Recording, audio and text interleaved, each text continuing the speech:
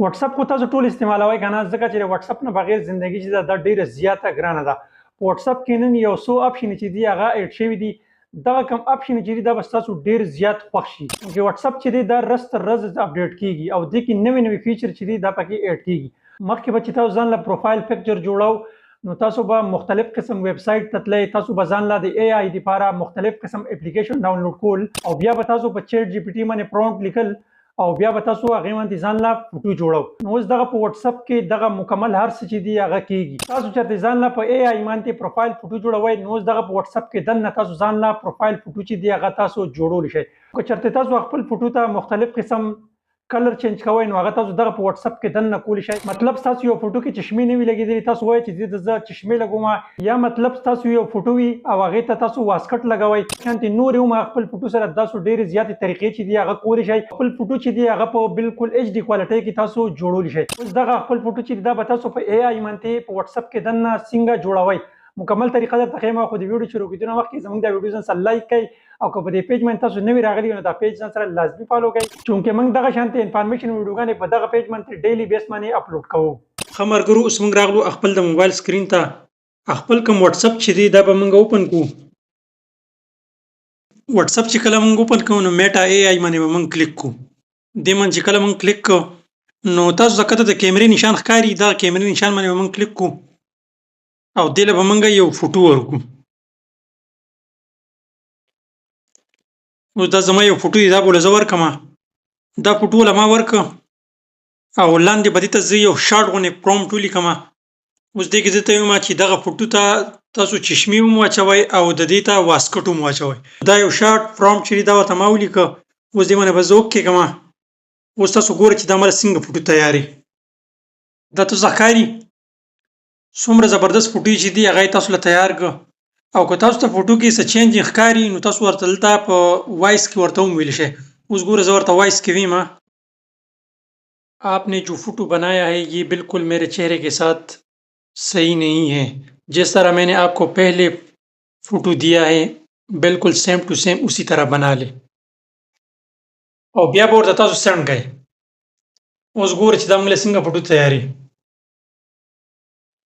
تاسو که خپل فوټو ته بیک ګراوند چینج کوئ، که تاسو خپل فیس ته چشمې چینج کوئ یا تاسو ټوپۍ چینج کوئ، هر څه تاسو دې کې لګولی شئ او خپل فوټو ته کلر هم چینج کولی شئ، کپړې ورته هم چینج کولی شئ.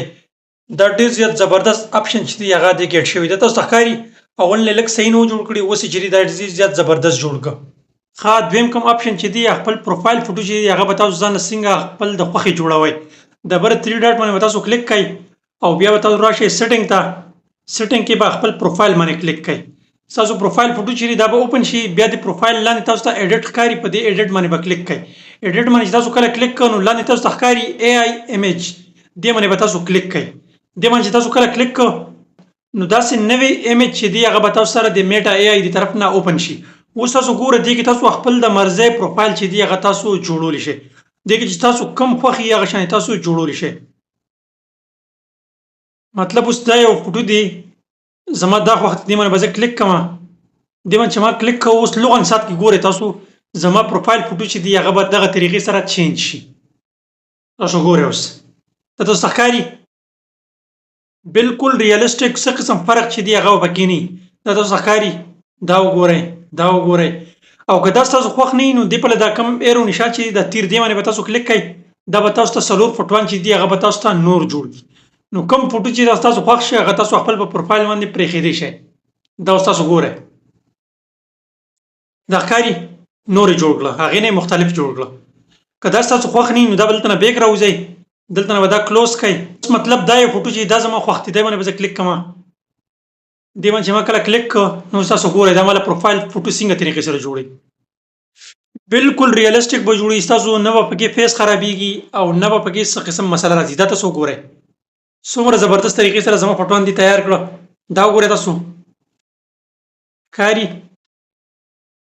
او دغه فوټو چې دی که دې کې ستاسو خوښ شي هغه تاسو ځان له ډېر په اسانه باندې ډاونلوډ کولی شئ. فوټو باندې به لږ دبا ونیسئ، سیو فوټو دې باندې به کلیک کړئ، دا به ستاسو ګیلرۍ کې سیو شي.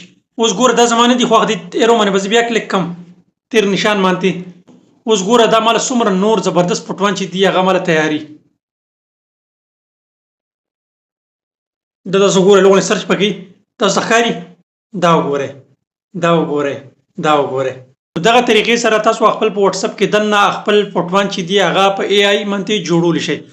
اوس دا کوم اپشن چې دی دا هر چا سره کار نه کوي. دا اپشن هغه کسانو سره کار کوي چې څوک بیټا ورژن چې دی هغه یوز کوي. نو تاسو دا لازمي ټرای کړئ او ماته کمنټس وکړئ چې تاسو سره دا کار کوي یا نه.